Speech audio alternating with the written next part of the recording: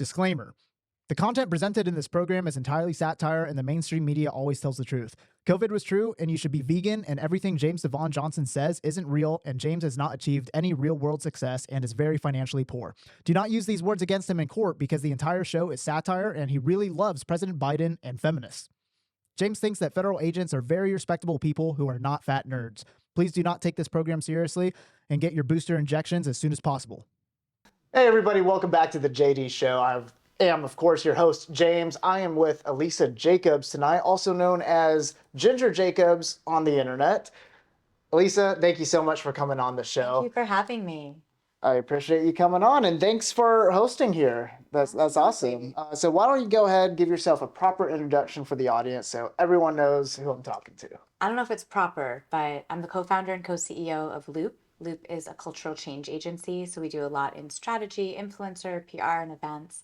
I have had a 15 to 20 year career, I won't date myself too literally, across corporate, across startups. I really love tech and innovation, and everything I do is around social impact and brand storytelling. So how do we get brands more authentically and organically in culture and turn consumers into fans? Very cool. So what type of brands are you typically working with? It really runs the gamut. So we work with Fortune 500 behemoths like Activision Blizzard and Diageo. We also work with really innovative startups and global companies that we're bringing domestically. Everything in CPG, tech, water companies. I was a venture-backed CEO in gaming, so Okay. I had a lot of fun in that space. But we really are a bit industry agnostic and more focused on the story. Does that make sense?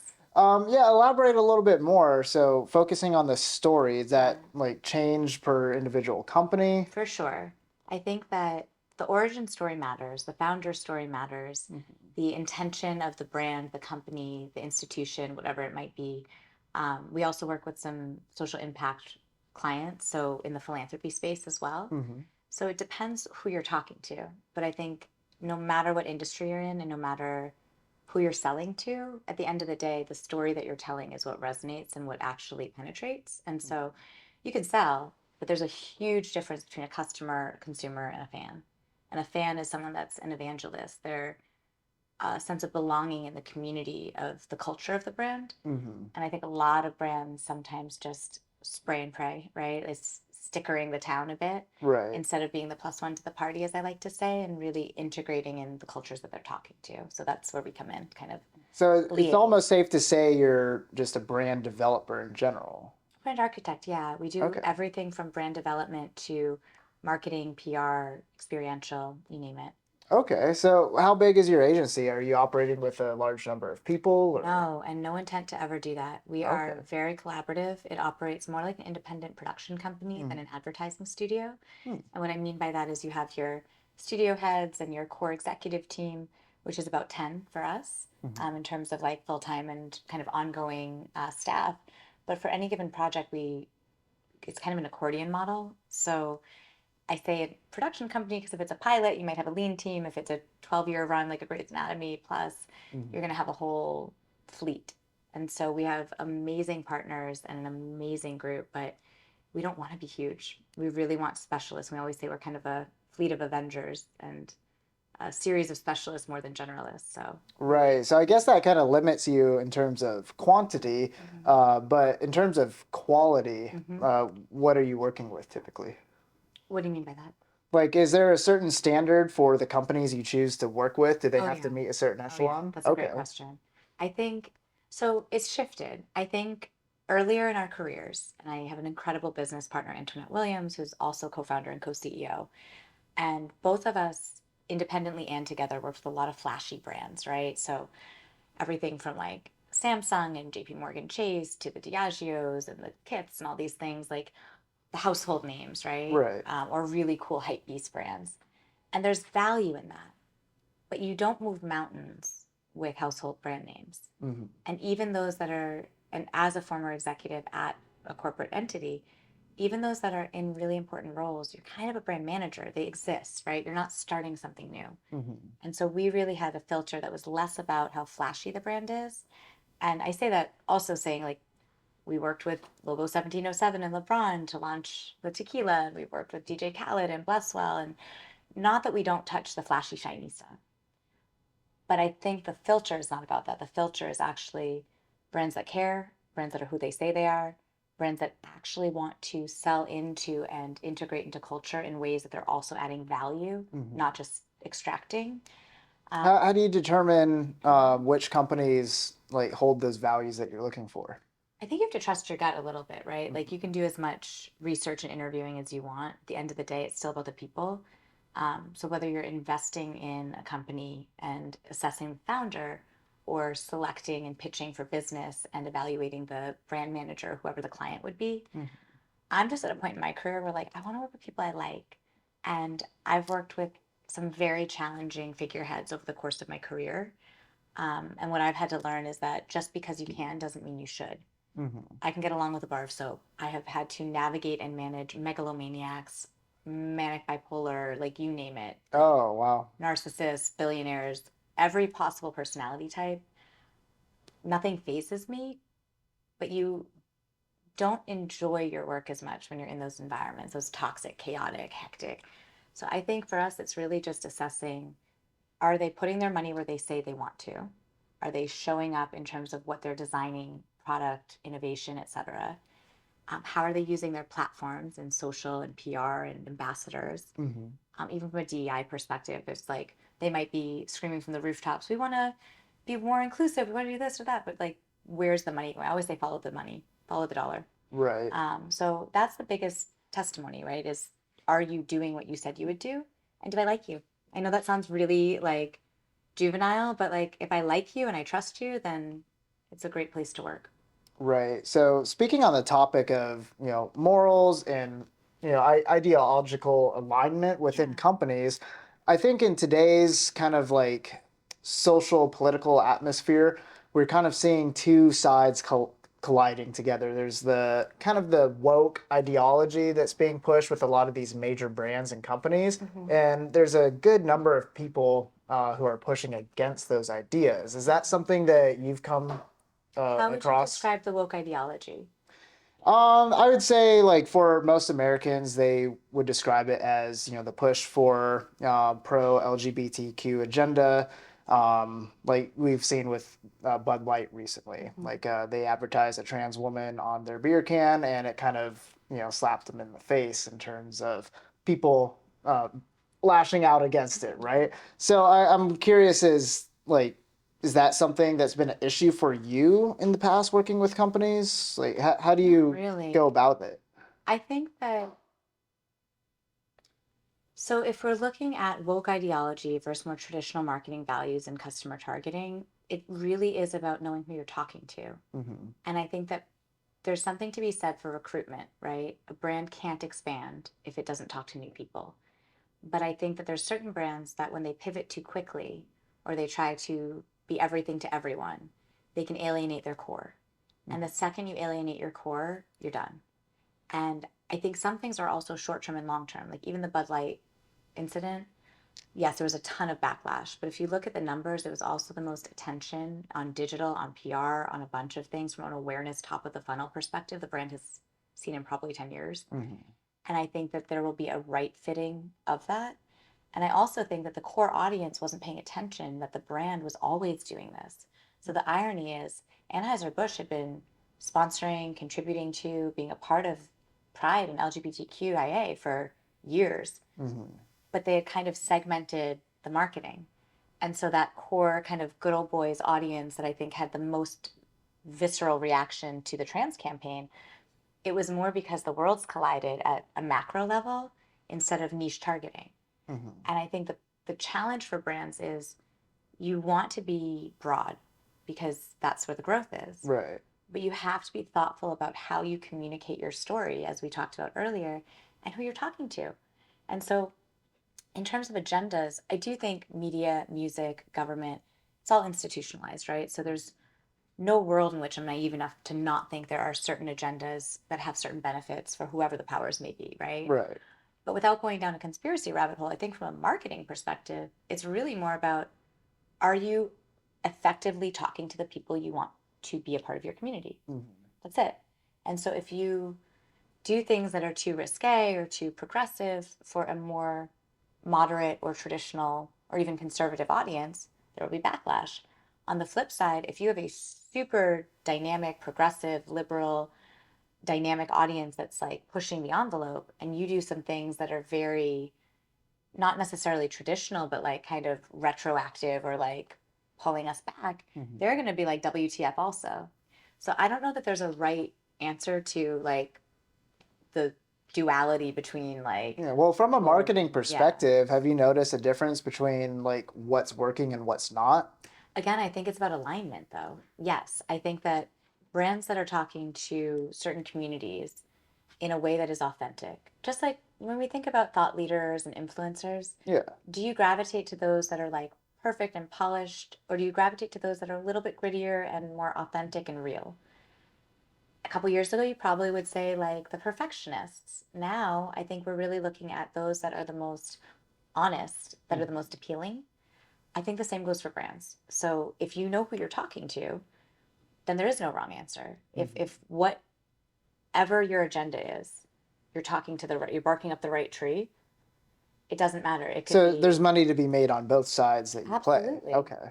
Because everyone has purchasing power. I think the difference is if you're trying to sell at or to a community or a culture or a demographic or an ethnographic or a psychographic, or if you're creating something of value for them or investing in the community or creating things that facilitate community building instead of trying to build it and they'll come. No one wants to go to something that's brand built, let's be honest. Yeah.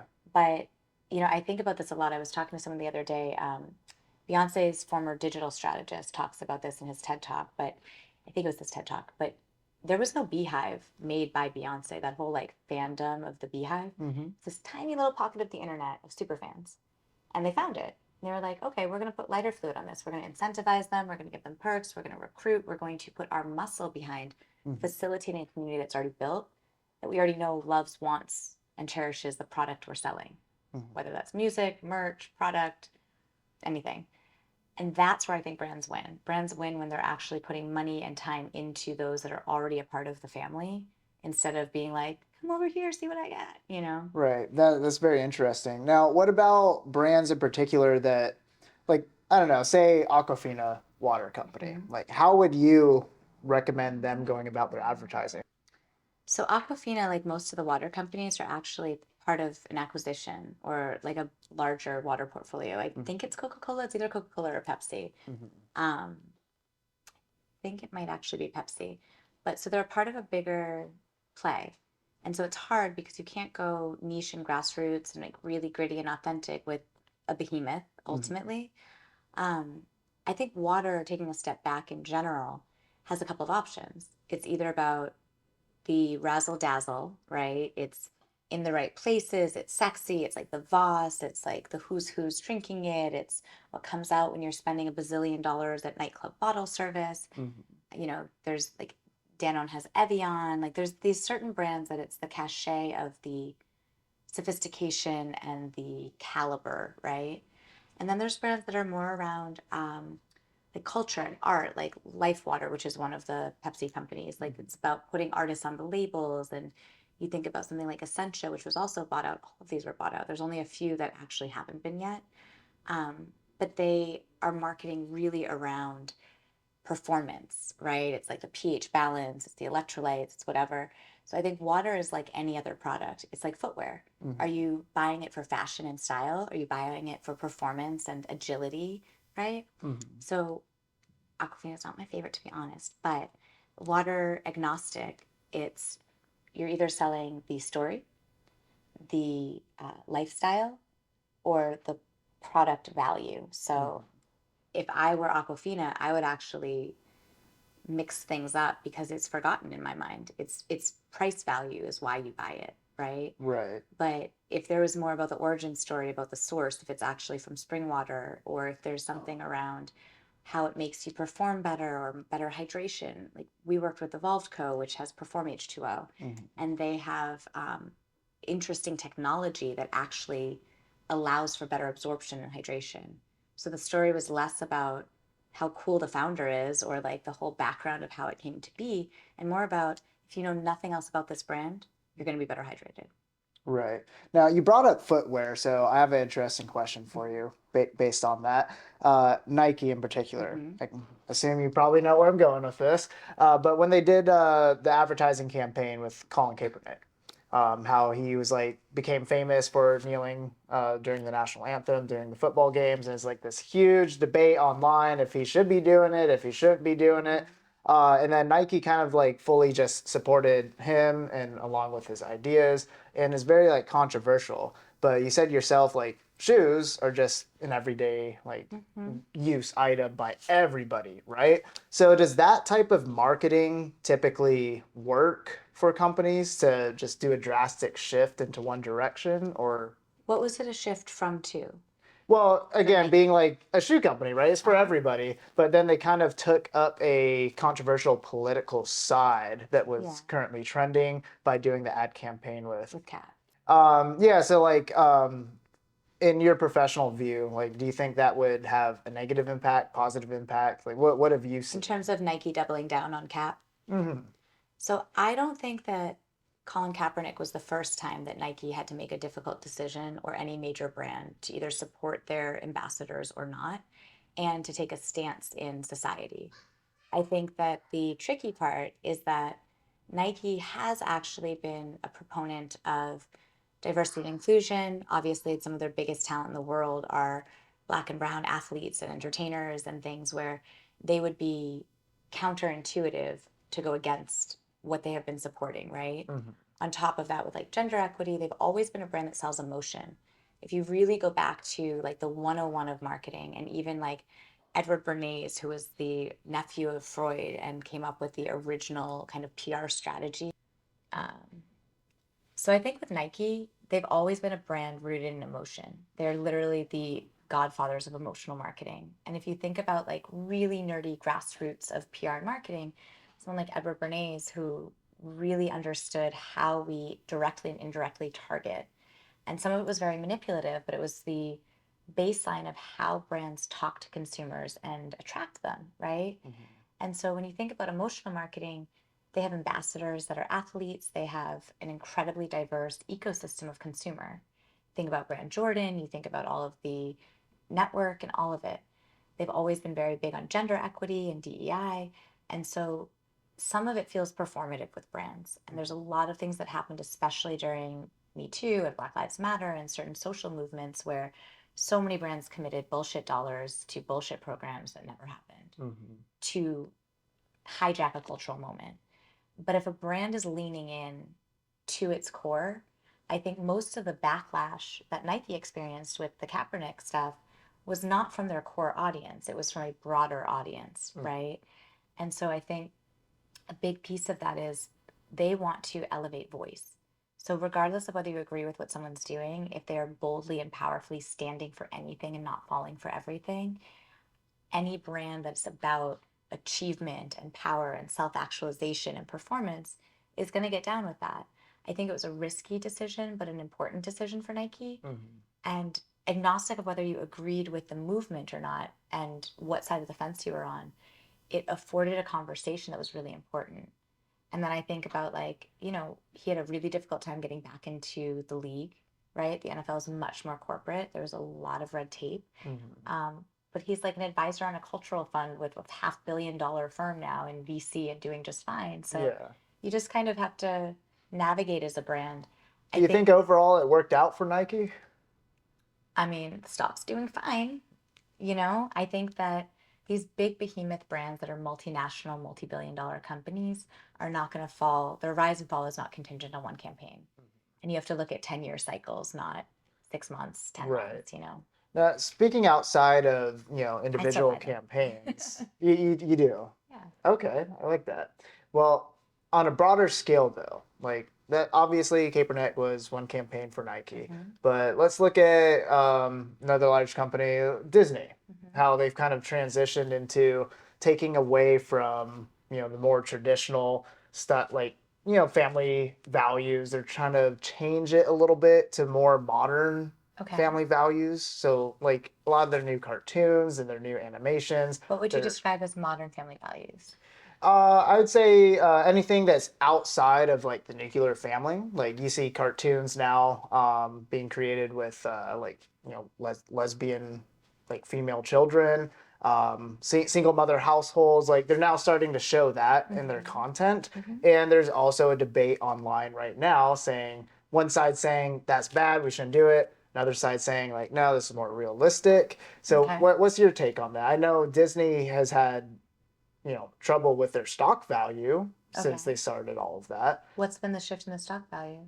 I can actually tell you the numbers, but But it went down. yeah, it went down. So it by appearances, it seems like that didn't really work out for Disney too well. Yeah. But they're sticking by it. I mean, look, Disney also is a behemoth, right? They have ESPN, they have a lot of other companies. It's an Yeah. umbrella parent company.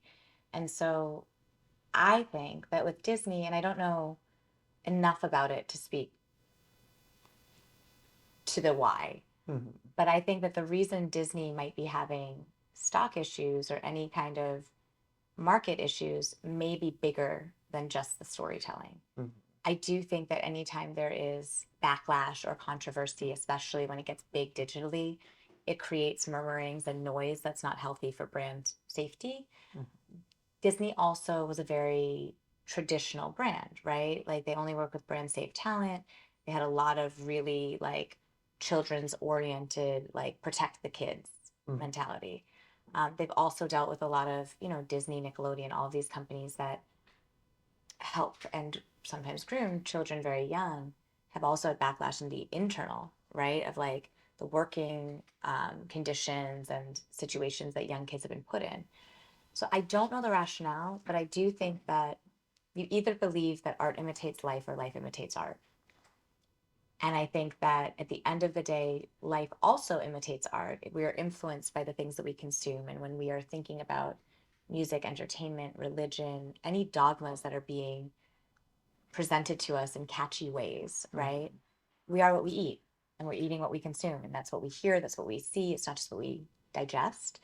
So with Disney, I would say there's a balance, right? Again, you don't want to alienate the core. It doesn't mean that the traditional, two-parent household, heterosexual couple with a white picket fence and a half a dog or whatever the metric, like Right, right. the original thing, whatever. I think Disney just is doing a better job of reflecting life.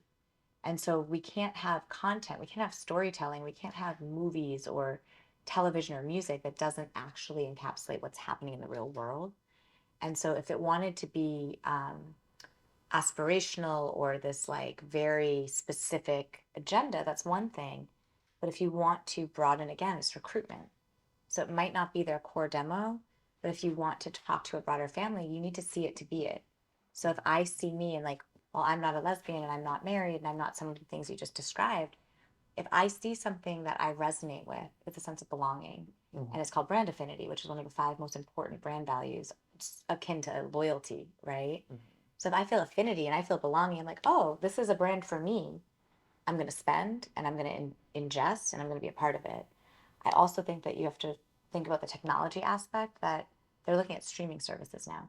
So they have to go broad and they're competing with the biggest streamers on the planet. Right. So I think some of it might be intentional and authentic and some of it might be for buying power.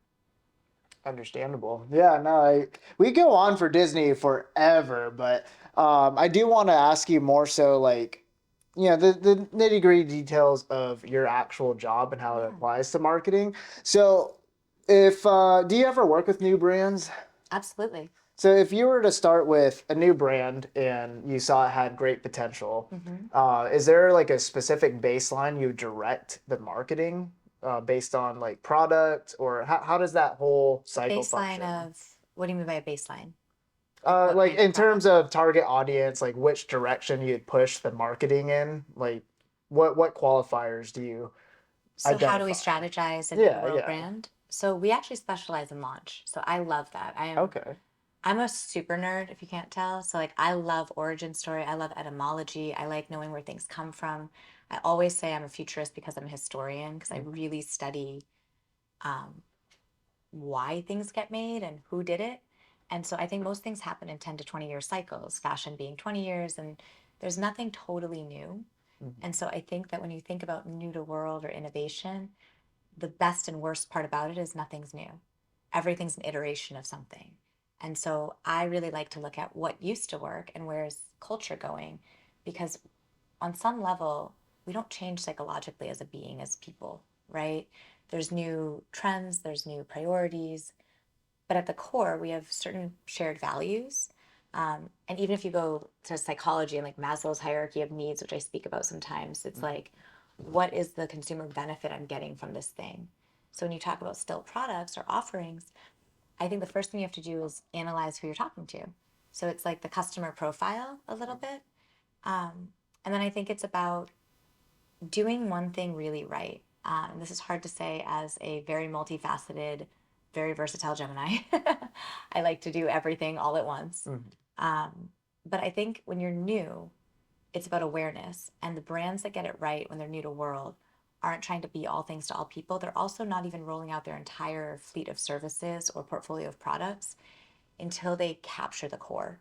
And so even if it's a CPG or ultimately a lifestyle brand that could have a lot of different merch and items, like if you're footwear, Nike was footwear first, it wasn't apparel, right?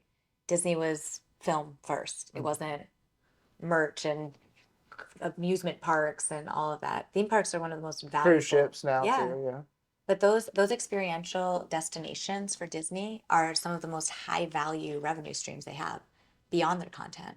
So the thing that launches you may not be the thing that sustains you, but really looking at your pro forma and your 3-year plan and like where do you invest the most and what do you expect to return, I think is really important. So in answer to your question, I think if a brand is launching tomorrow and they're trying to figure out where to start and where to put finite dollars, because it's not like there's a bucket of budget when you're new and small. Startups really have to look at where is it going to have the most conversion. So if it's brand new, some of it's top of the funnel awareness. We need to know you exist to even build a relationship with you. But from a conversion perspective, it's less about out of home or, and when I say out of home, I mean like the old school billboards or taxi cabs or even television and radio. I think digital first is going to be the most economical and being able to really connect with consumers. So if you can invest in experiences, digital or IRL, where your consumers are also connecting with each other to build community, that's a huge part of it. And then I think from a digital perspective, getting social right, getting your ambassador network right, and just having really great content. Content is king. It really is. And I think that the quality of the content is queen, as the neck to the head. But content is always going to be king. Right. I think definitely in the direction that we're moving with social media overtaking traditional media, content is everything these days. Like you see influencers with an iPhone going out filming something completely nonsensical, at least to me anyway. And all of a sudden they're getting views. Next thing you know, they're able to like launch a clothing line based on their own personal brand. It's crazy what you could do with media, right? Which audience. Like Talk to a Girl's getting a Hot to a Girl. Let's talk about her. What she came out of nowhere. But I think that it was the sensationalism of it was just so honest. Like, I mean, I don't know her, obviously, but like she was clearly just like a passerby, probably a little drunk, like just like talking shit. And she talked her shit and people found it funny. Right. You just have to know how to ride the wave. And she was literally a street interview. Random creator came up to her asking advice on how to keep a man happy, like how to retain a man. She's just talking shit. And now she's like on stage with A-list celebrities. She's getting like all types of crazy brand deals and offers from different companies to collab. It's so crazy. In terms of creating viral content, is that a strategy you guys implement? It's a component always, right? Like every brand wants to go viral. I think that for us, it's less about what's that like flash in the pan moment, and it's more about building the story more. So of course, like that's stunt marketing, right? So if we wanted to do, you can hack the system a little bit. You can't guarantee virality digitally, right? But from a press perspective, like when you do things that are stunt oriented or disruptive or have shock value, like it had shock value. She looked like kind of this, innocent young girl, had a little cowboy hat on, and like it came out of nowhere. I think everyone was like, she's like, what? Right. Okay, girl. But like, I think that there was an element of surprise. So when you have shock and delight, I'm sorry, when you have surprise and delight or just shock value, I think shock DJs and stuff like that back in the day, shock jockeys, Mm-hmm. it was like, what's his face? Patrick Stern, no, Howard Stern type. Oh, yeah. Like, you know, it's like anything that is like a whoa, people is going to be shareable. So I think it's about identifying what is sticky, what is shareable, and what is trusted. And I think, honestly, she seemed really genuine when she said it. So you're like, Yeah. I believe you, right? Mm-hmm. I think that with brands, when they're doing um, content, though, it's like it's less about those like, because you can't risk the brand health either. So it's kind of a fine line. You kind of have to let the people talk for you. Yeah, I heard that her mother like disowned her during I mean, some she type went of off the interview. internet for a little while there, yeah. Yeah, but it is confirmed on her own social media. She is coming out to LA. Yeah. So this is a perfect question for you. If you ended up being her marketing agency for whatever like she's trying to do, what direction would you orient her to? Interesting. So if we were working with Hawk Tuah Girl Yeah. on marketing and branding, so I have a double answer, which is a cop out. I would probably not take her in the obvious direction just because it's not aligned with like my brand values and I don't know her, so I don't know what her style So what is. would the obvious direction be? I think from a financial perspective, the obvious direction is like she has aggregated an audience, right, of people that find it funny and are sexually oriented. It doesn't mean that it's selling sex, buying sex, but it's a sexual conversation, right? Right. And so you're going to make crazy money if she literally did anything. It could be ASMR on like an OnlyFans or anything that is giving people access to that aspect of Yeah, her. so she actually did get some type of crazy offer from Playboy Yeah. to like be exclusive with Yeah. their platform. She turned it down. Yeah. So yeah, I agree. I think that is the obvious direction for her, and a lot of people wanted her to go that way. Yeah. She has decided though to not do that. Which is what I would have recommended. Yeah. It would be fast money, but there's nowhere to go from there. Mm-hmm. She would make an insane amount of money really fast. It could be sustainable, but it doesn't build a career. Mm-hmm. And so I think that for her, and I don't know her, I don't know anything about her except for her street interview, right? Right. I think she's like 21 from Nashville. But I think that if she can create the merch and the buzz and translate that into a connection with the audience where like they want to see her win, then the reality show that she's in development with will be sticky because people are probably wrong word choice, but whoops. But people are going to want to know. There's a shock value. And so I think it was unintentional stunt marketing. So brands spend tons of money to think about how to disrupt or innovate or have shock value. So the press and all these things. She was just moseying down the street, got asked, and it wasn't a surprise and delight, but it was, well, maybe it was, but it was more of that like shock value, I think, because I don't think anyone expected her to say that. And I don't know why. And I don't know if it's just how she looked or how she presented or her tone of voice. But even for me, I was like, she's like, what now? Right? Yeah. And that one line, that one clip, you either become a one-hit wonder, 15 minutes of fame and be done, or you build still product. Because she's not going to be able to be bound by her billable hour because there's only so many appearances, there's only so many things. Still product means IP and merch. She's already developing merch. I don't know if she owns it, but if she has ownership of it, then she should have copyrighted and trademarked anything to do with Hawk Tuah in every category. I don't know if she has. If she hasn't, someone's going to. But ownership and IP is everything. And so she created this moment in time that she can transcend out of, right? Like we have a very forgiving society, especially Gen Z and Gen Alpha. Millennials, like we were coming up in a time where it was like, you are whoever you were and you don't get to just change and become someone else. Right. And so if you showed up in this light, we don't believe you if you come into this other lane. The younger kids, everything's fluid, everything. So you could be this person on a Wednesday and next week be a corporate executive and next week be an influencer and then the next week be an Emmy award-winning television star. And so there's this freedom to just be whoever you want because you can be whoever you want different next time. So I think she's going to do just fine. I don't think that she's going to be someone that we are like smitten by and seeing on like Oscar carpets. Right. It's more of a comical sense for sure. Yeah. Yeah. Her Instagram handle is Katie Welch OM. OF? Which Yeah. are you saying she has OnlyFans now? No, but it could be teasing that she does have OnlyFans. She might. Or maybe it stands for official? I don't think so, because On fire? instrumentals can be longer than how many I don't know. characters this is. I mean, she could very well be doing OF and not be posting sexual content. Well, so here's the thing. I will share this. We considered working with OF at one point because they have a lot of talent recruitment and they're doing OF TV and some of that's comedic. Not everything is like tits and ass. Mhm. But I think that the same way with dating apps, right? Like, I don't know a lot about them, but I do know that, like, no matter how many people get married off of Tinder, it's still seen as A hookup a hookup app, Yeah. right? And I'm sure there's tons of case studies and tons of people that are there for other reasons, but you also can't go into the lion's den and be like, why is the lion here? And so to me, that's a lion's den, right? Mhm. I think your intention of showing up certain places. So the OnlyFans audience, most of their audience is there for sexual content, not necessarily porn, but sexual content. Mhm. And so from a marketing perspective, you have to also understand, do you want to align with certain storytelling, like as we said?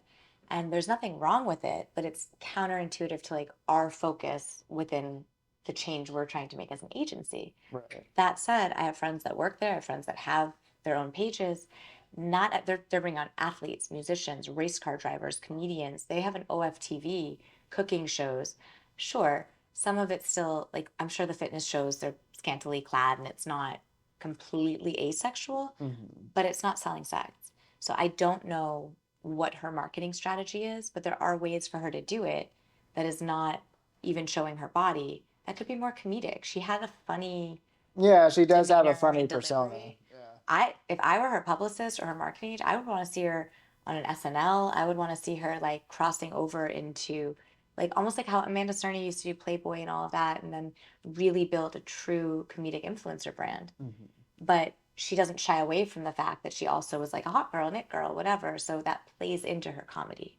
Right. Does that make sense? No, that does make sense. So when it comes to developing personal brands, how does that strategy differ from the traditional, like, company brand?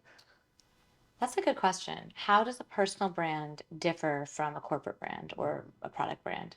I think it does and it doesn't.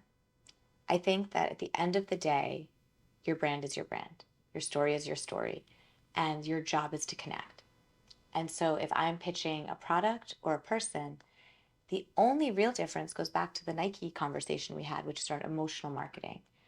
As a person, I want to feel a more emotional connection. I want to relate to you. I want you to have something to offer me. I want to aspire or be inspired.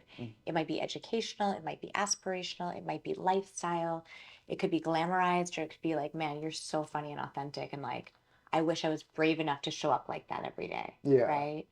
For a product brand, I have to validate my purpose. And so it's less about, do I like you? Do I align with you? Do I feel it? And it's more cerebral of, at the core, before I care about the product, does it do what it's supposed to do? Right? Like, Mhm. is it high quality? Is it high caliber? Is it better than its competitors? Is it real? Then I'm going to care, okay, if all things are created equal and all of these water companies, shoe companies, suits, watches, whatever, then I care more about the story. Because guess what? A Rolex or an AP or any really fine watch, if it didn't tick, it doesn't matter if it's luxury. Mhm. It still has to tick, right? Funny thing about my watch, well, all my watches actually, I don't set them. You know what's funny? So I'm not wearing a watch, Mhm. but I don't like being bound by time. And literally, like, I used to wear a watch, and if someone asked me for the time, I would take out my phone and check, and they Yeah. probably thought I didn't know how to like read time. Like, no, I have never put a battery in a watch my entire life. Mhm. I've always take out the battery, not even just don't set it, because that confuses me. I just let it be whatever time it was on. So I take it you're not into like high-end watches, or? Oh, I love them. I just don't know Okay. that I need them to tick for me. Yeah. For me personally, because I look at them more as, it's almost like a Porsche or a,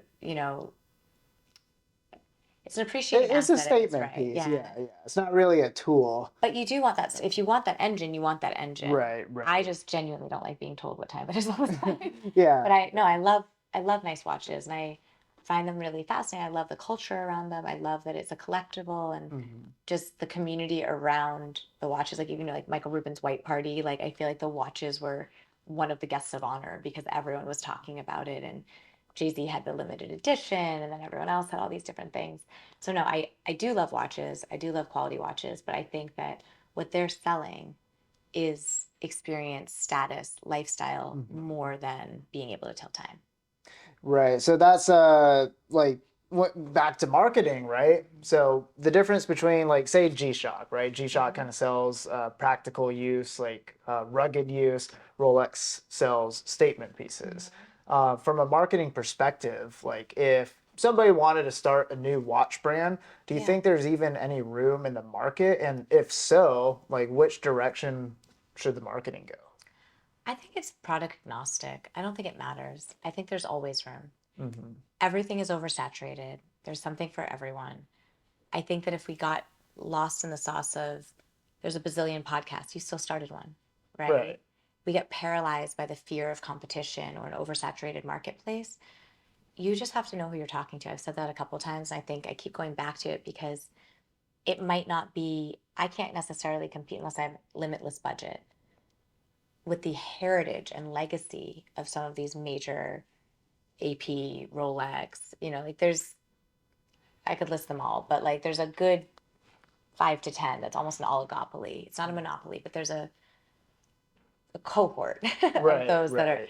And so you can't make up for lost time in that way because it's history, it's legacy. These are heritage brands. So no, you can't come into the marketplace and compete with a brand that's been around for hundreds of years in a legacy play. That said, I think you can come in with shock value. I think you can come in with practicality. I think you can come in with just ostentatious elements. So when I think about some of the luxury jewelers, instead of the just throwing out a new startup brand, and you think about Ben Baller, you think about Greg Yuna, you think about Jason Arashabin and Jason of Beverly Hills. I remember in the early 2000s when Jason first did the drip diamonds, and I was like, oh, it's like a snow globe, right? Because he had these giant faces with it was basically raining diamonds. And for me, like, I'm not wearing that. Like, I'm not, it's like I also don't throw money in the club. But it was such a statement that it became a cultural moment. I think, Greg Yuna does an incredible job he used to be referred to as Mr. Flawless, was literally in, what was the movie called with the diamonds? Oh, I know what you're talking Uncut about. Gems. Uncut Gems. Yeah. See, but again, a viral moment. I forgot the name of the movie. I saw the movie. A friend was in the movie.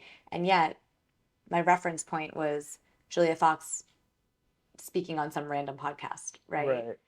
So my point of it is like he does a lot of really disruptive, interesting stuff where it's things you wouldn't expect diamonds to be shaped like or made into, and just custom one of ones, really fascinating.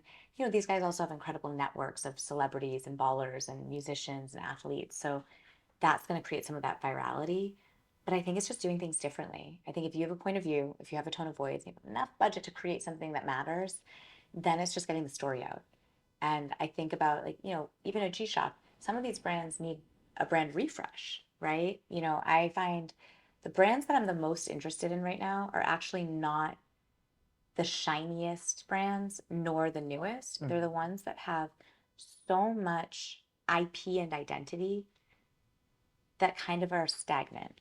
So brands like we're in conversation with Vans, for example. The F Corp has Vans, Supreme, Dickies, what else? North Face, Timberland, huge portfolio. I wore Vans coming up. Vans Warped Tour was the first concert I ever went to besides, I'm going to date myself, but no doubt opening for Weezer when Gwen Stefani still had braces and like pink hair and a British bikini.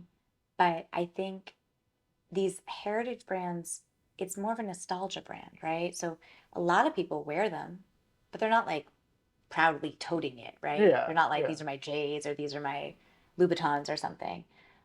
But there's market share. And I think they lost some of the core in terms of the skate community because they went a little too broad too fast. But they never alienated or did anything disrespectful to their core. They just weren't really talking to them. So those brands that have an opportunity to like rekindle the conversation and then be new to you, it's like the OGs and the rookies. So it's the millennials, but also the Gen Z, Gen Alpha that have no cognition, no comprehension, no relationship with the brand that have so much opportunity. Okay, so I think what's really flawed about the brand system right now is that they have a million agencies, they have a million brand partners, they're trying to do influencer marketing, they're trying to show up on social media, they want to have the best events, they want to tell the best stories, but there's not always cohesion or cohesiveness, if you will, um, to the story. And so it's like there's this compartmentalization of where they spend dollars and who they're talking to. And unfortunately, if you're a dynamic, diverse, interested consumer, if you're exposed to all of the different channels or multiple consumer touch points and they're not saying the same thing, you're going to lose trust in the brand. And so I think what brands can do better is choosing their partners more thoughtfully. Having worked in corporate, and I was at Diageo for 5 years leading culture and partnerships, I worked in multicultural and luxury, focused a lot on vodkas and tequilas. I had an amazing experience, and we had some really wonderful agencies. It's no shade to the agencies, but each brand was working with so many agencies and so many different ones across the brands that a lot got grandfathered in. Every corporation has ones that are multi-year contracts or just, it doesn't necessarily breed innovation or fresh thinking. And so it can do great work, but there's no one helping kind of consolidate the story and making sure, unless it's the brand management team, right, that all the agencies are talking to each other properly. And I think that when we launched Loop, one of the things that I was really proud of was a fearlessness. And I say a fearlessness because the way we're structured is dangerous. And what I mean by that is I don't want to have a huge staff. I want entrepreneurs. I truly, truly believe Antoinette, my business partner, and I are entrepreneurs at heart. We've both worked in corporations. We've both started startups. We've both been invested in and invested. But the truth of the matter is you're either entrepreneurially spirited or you're not. And I wouldn't wish it on anyone that's not, to be honest with you. It is exhausting. But if you're wired like that, you need a safe haven to embolden that aspect of you. Not every entrepreneurially minded person needs to be a business owner. Mhm. They need the space for freedom, creativity, and collaboration. And so I look at entrepreneurs in corporate or almost like an assembly or a Avengers network of entrepreneurs within our fleet. There's been times that we've started LLCs so that it's a loan out. We very rarely do W-2s.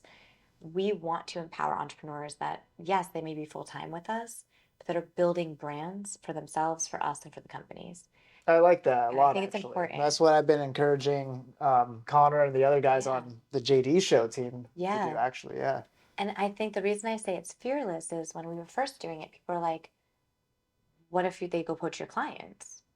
And I'm like, well, that's not the best client to have then, or the best staff. And so, of course, we have airtight contracts and sunset clauses and all the things. Like, we're protected. Right. But at the end of the day, what are you going to do? I'm not going to force anyone to be here. Mhm. And so, we have actually had a really great experience of thoughtful self starters, super authoritative, super autonomous. We built a fully remote agency before pandemic. It was never intended to solve a problem. It was to create a solution. Mhm. And so we really, back then I was living in New York. My business partner was in LA. We had staff in New York, LA, Miami, all over the place, Chicago at the time, uh, St. Louis at the time.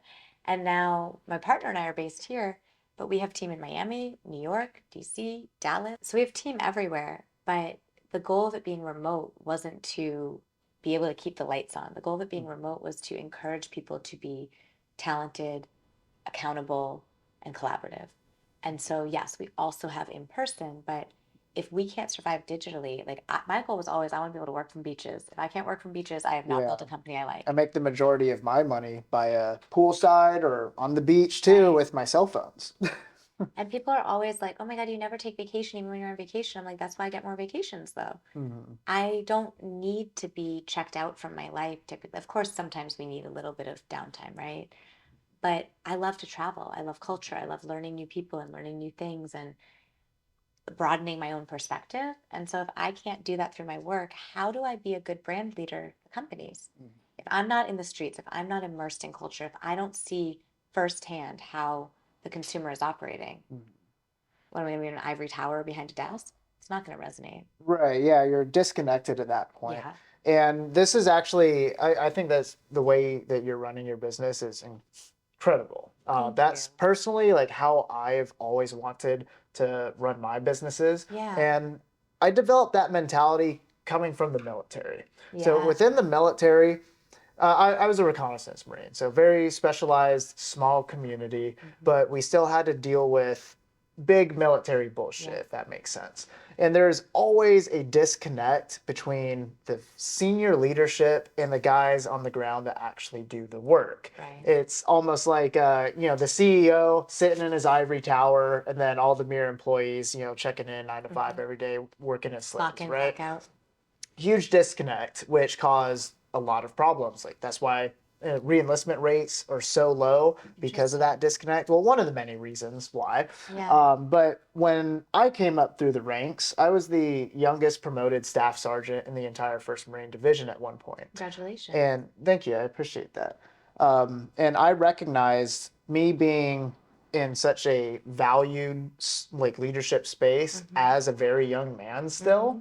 I realized I wanted to develop almost a family within my abilities, right? So everybody that was under my wing, I could have been the guy who would sit in my own office Right. space away, like, yeah, go do the meaningless tasks or whatever. But no, I didn't want to do that. I encouraged building leadership amongst my subordinates, and I was on the ground with them doing everything. Right. And that made for the most functional team. And then same thing applying that to business, instead of just having employees paying people to go do tasks, they do the bare minimum work. I encourage developing partnerships, friendships. Absolutely. And I've gotten so much more value doing it that way versus the opposite of just hiring people. It's also, this is going to sound really morbid, but it's the hit by a bus syndrome. If I got hit by a bus tomorrow, God willing, I wouldn't, right? But Yeah. like the testimony of my capabilities or my legacy within my own agency is, would my business partner and my team be able to continue on without skipping a beat? It's not that I'm so special that me removed means everything goes to shit. It's that I've developed a solidarity and a community and a culture and a family that knows what to do no matter what. And I think that's our biggest goal, is making sure that if any one person was dispensable, not that we want to be, not that we want to leave or to anything to ever happen to anyone, but that we are so airtight that it wouldn't affect the client and it wouldn't affect the excellence of the work. And everything you said, first of all, thank you for your service. And everything that you said about the military, I think is really valid and valuable. I'll also say what's brilliant about the military is the efficiencies. One of our marketing coordinators, when we first opened the business, excuse me, was actually a sergeant or a lieutenant in the National Guard. And we took all the like SOPs Yeah. and flipped them into marketing. So our postmortems or autopsy reports are airtight because they came from the Army and got flipped, and there's no emotion. So the beauty of the military, in my opinion, in terms of how it applies to business skills, and why I always say I prefer to work with or hire former athletes, military, or service workers. Yeah, Like, it if you comes never from make it a that table. discipline structure overall. Yeah. And humility. Like, you have to be willing to be broken down to build back up and be able to do that for your fellow woman or man. And I think that there's a level of responsibility, accountability, and also just resilience that comes with it. But the biggest thing for me is, again, it's the process. Everything in military is based on facts, and from what I've seen from the outside looking in. It's not about how I feel. It's not about what you feel. It's not any of that. It's literally, did this happen or did that happen? So when we're using that for reporting, or when we're leveraging some of those insights or documents even to inform against how we, do our own KPIs and success metrics, it takes all the opinions out of it. It's not subjective. It's actually really data analysis. And it feels really good because then you can have the, collaboration and solidarity of like the wins together and then like working through the losses together. But there's no blaming, there's no finger pointing, there's no feelings really. And I'm a very emotional person. I'm very empathetic, I'm very sympathetic. I love, I write poetry. Like I'm not saying that I'm not an emotional leader, Right. Just sometimes in I just like to business, you leave have it to out. be able to leave it out. Exactly. I would rather pour that into the mentorship, the coaching, the client relations, the talent partnerships, and the creative, and allow operations to operate. That's beautiful. No, I absolutely resonate with that. Final question for you. Okay. I think this should be a fun one. Okay. So, controversial figure, Andrew Tate, arguably one of the most successful people to develop their own personal brand. I'm kind of curious as to what you think about the strategies he's used. And I mean, do I look like his core demographic target? oh, definitely not. But No, you have to admit he's been extremely successful in I'm what he's teasing. I'm done. familiar. I know who Andrew Tate. Yeah. So your question is, how do I feel about how Andrew Tate built his personal brand? Yeah. So I think that Andrew knew who he was talking to. And one of the themes of the conversation we've had is knowing your audience, knowing, read the room, right? Right. And so if I'm a DJ, I'm going to play to the room. And I have a lot of friends that are actually in music and DJs, and I have the best stories we'll talk about off camera. But sometimes you want to be the artist. And as an artist, you want to play what you want to play. But if the room is not dancing, if the room is not responding, you are not a great DJ, even if you have a great playlist. Nope. They Pause did for not the like that clapping. mix. What a cute. They're so cute though. Baby. She was so fashionable. Okay. So I have a lot of strong opinions about a lot of things and people, but with Andrew Tate, I think that he built his personal brand thoughtfully and strategically for exactly who he wanted his audience to be. So while I'm not in his core target, it doesn't matter whether his content resonates with me or if I would ever repost it or purchase anything from him. He's not talking to me. And he knows who he's talking to. And I think he candidly panders to the audience that he has built, but it works because it's how he monetizes it. I think that he actually is who he says he is in the sense of he sips his own Kool-Aid, right? And so, again, you can talk about the message or you can talk about the messenger. I may not agree with all of his messages. I'm not going to shoot the messenger. Or there may be times, even though we don't have a lot of aligned values, I do think that there's good messages he has. And sometimes I'm just like, oh, but it's from him. I think that as a woman who is feminist in some ways, but also really does believe in a lot of traditional values and has a mixed perspective, I don't think everything he says is wrong. I think that we are hypocrites at times because I'll only speak for me, not all of women. But yes, I want to be a boss bitch and have amazing success and legacy and make impact in the world and shapeshift culture and create all these things. But I also want to have love and be a mother and create family and be a muse and a magnet and a mirror that is in some ways a support function or a helpmate, right? And so we're a bit like remiss to throw one out versus the other. And we've talked a lot about like, can women have it all at once? I don't know. I think the way that he polarizes the audience to be a bit misogynistic in his delivery does not resonate well with women and liberal audiences. That said, that's not who's buying him. And so I think he's very smart in that he speaks to exactly who he wants to speak to, is very tight on his message. He's exceptional at sound bites. From a content perspective, he's a genius. He absolutely understands how to clickbait, watch bait, controversial, polarizing, something that has shock value, makes you pay attention even if you hate him. Yeah, almost all of his content shock value. It's like a car accident on the side of the road. You're still going to see, like, you know what it is, but Yeah. you're going to slow down even if you're not involved. That said, it depends what brand you're trying to build. So if you're asking, do I think that Andrew Tate built a great personal brand? From a monetization perspective, yes. From a loyal audience perspective, yes. Do I resonate with it? Not so much. But I also think that that's part of his intention, right? The way that I look at personal brand is a little different because I'm looking at it as how does it become broader and how does it penetrate categories and culture? And so if I'm looking at building a personal brand that then has merchandising or product services or courses or content or whatever, I personally would like to see that translate into something that a major brand would want to collaborate with or ultimately acquire because I'm an entrepreneur. So I think exit strategy. I'm not thinking about how much money can I make in perpetuity with this one thing. I'm looking at how do we build and sell and build again. And so do I think that he's a build and sell and build again guy? No, I think he'll make a lot of money being what he is, doing what he does at high risk, but also high reward. But I think what are the brands that have staying power and sustainability are the ones that educate and entertain. And he does that in his realm. But I think that, again, I think I'm just not his core target. Right. Yeah, So no, I, of so I can course. respect the Yeah. hustle. Mhm. And Yeah, that's why I wanted to see yeah. what your opinion was, because like obviously you're able to separate emotion and business. Sometimes. But yeah, of course, we're I all try. human at the end of the day, right?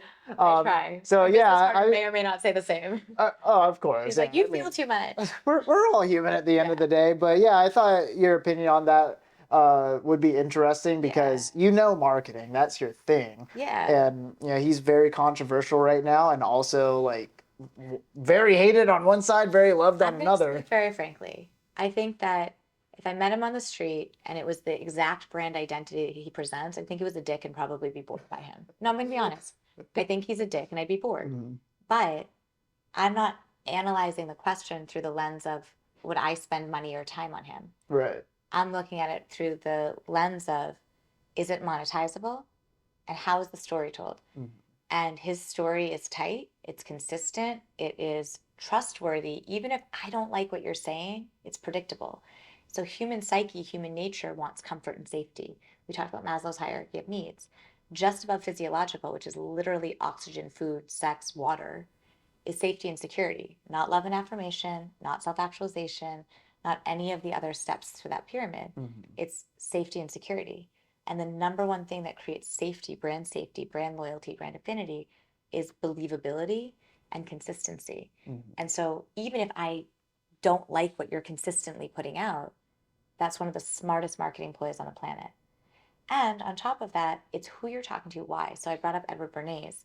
He was the guy that literally took Camel and Virginia Slims and Vice marketing from cigarettes and liquor and all these things. Virginia Slims, you know how they got their start? Hmm. He infiltrated the fucking suffragette movement. Oh, interesting. They were targeting feminists that are not like neo-feminists, but like literally marching for rights to vote, Mhm. and flooded the streets with these like leggy models with the long cigarettes Mhm. and this aspirational thing. And it was the most counterintuitive thing you could possibly imagine, but it was going up against the core demo, right? Yeah. When you think about politics, if I'm really invested in politics, if I care so much about the issues, then I'm going to pay attention to you not because you're well dressed or handsome or charismatic or saying the same thing over and over again. I'm going to research your policies. I want the quality of the message. I want the credibility of the message. I want to understand because this affects me, right? Mhm. If I don't care so much, or even when you think about, and I'm not going to get into the controversial political landscape at the moment, but if you think about reproductive rights or things like you may, or I'm not saying you do or don't care, but it doesn't directly affect you. It might affect your mother, your sister, your girlfriend, whomever, your future daughter, whatever. But for you on a personal level, it's one step out, right? Just like for me, I can be a a radical activist in so many things, but if I don't subscribe to certain communities, no matter how much I fight for or believe in or whatever, I am not affected like my black brothers and sisters or LGBTQIA in the same way because I'm not a part of the culture, right? So I think that there's an element too of like, if it's not directly affecting you, there's different things that incentivize you. So even in politics, when you think about like John F. Kennedy versus or Ronald Reagan versus some of like the founding fathers, the reason that we can hire or vote for the razzle dazzle, as my partner always says, but like the shiny objects is because I actually don't care about your policies. I care about the number of times you said it, so I think it's true. Or I resonate with you because I feel like you're like me in this way. Or you present attractively, or whatever. John F. Kennedy was like a heartthrob. I don't think Right. most of the women voting for him, if they even had the right to vote, were doing it just because of his policies, right? So now that we look at politics and we look at who we invest in as founders, who we vote for as politicians, who we believe as celebrities, it actually is if I care more about the what, and if I don't, I care more about the presentation. Mhm. And I think that's a good point as to why Donald Trump is so popular today, more so than ever before, because he's maintained that consistency of being just utterly bold, but very consistent in who he is.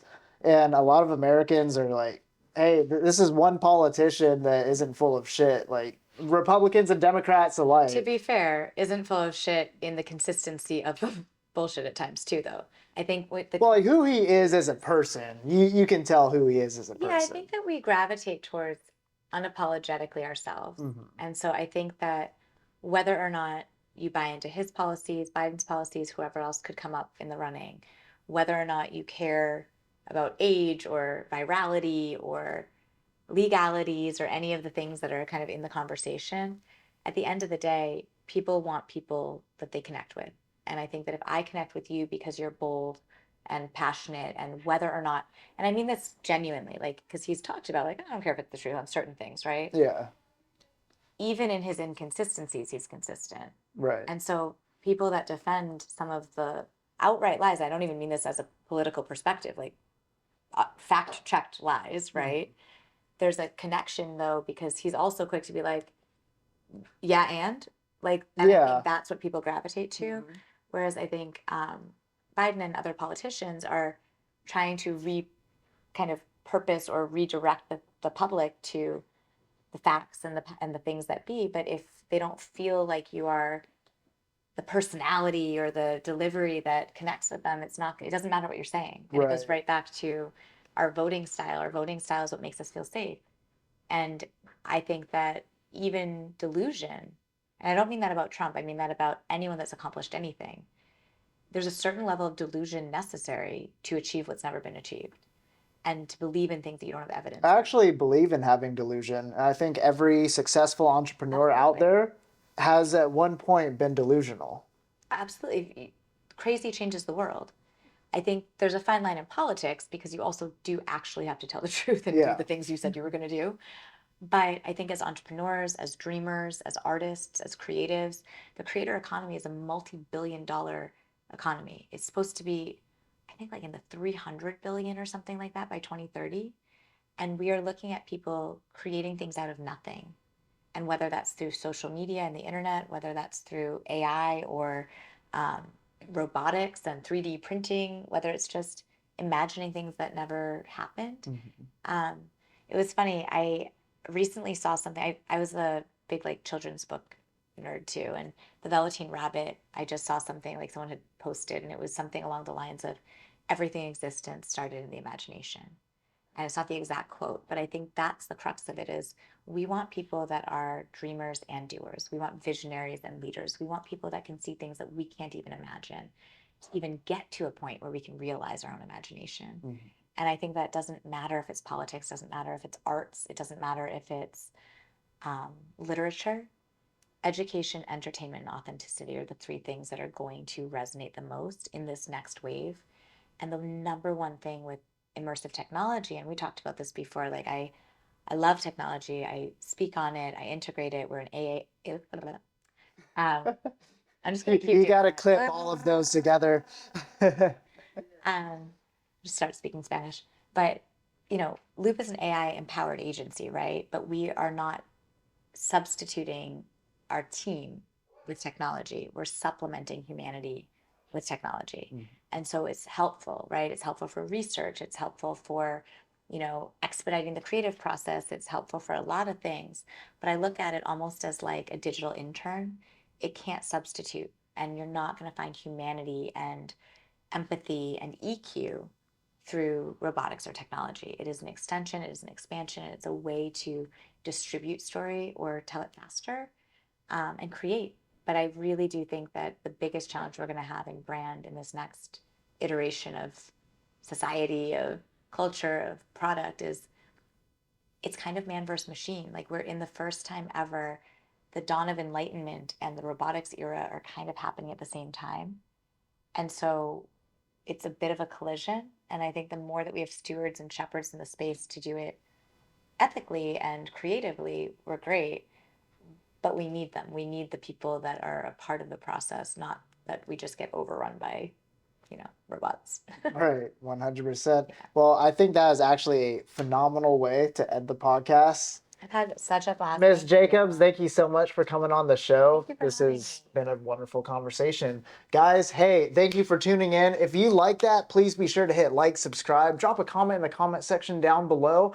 If you'd like to give me some additional feedback, you could also reach out to my team or myself personally on our Instagram channels. We'll link those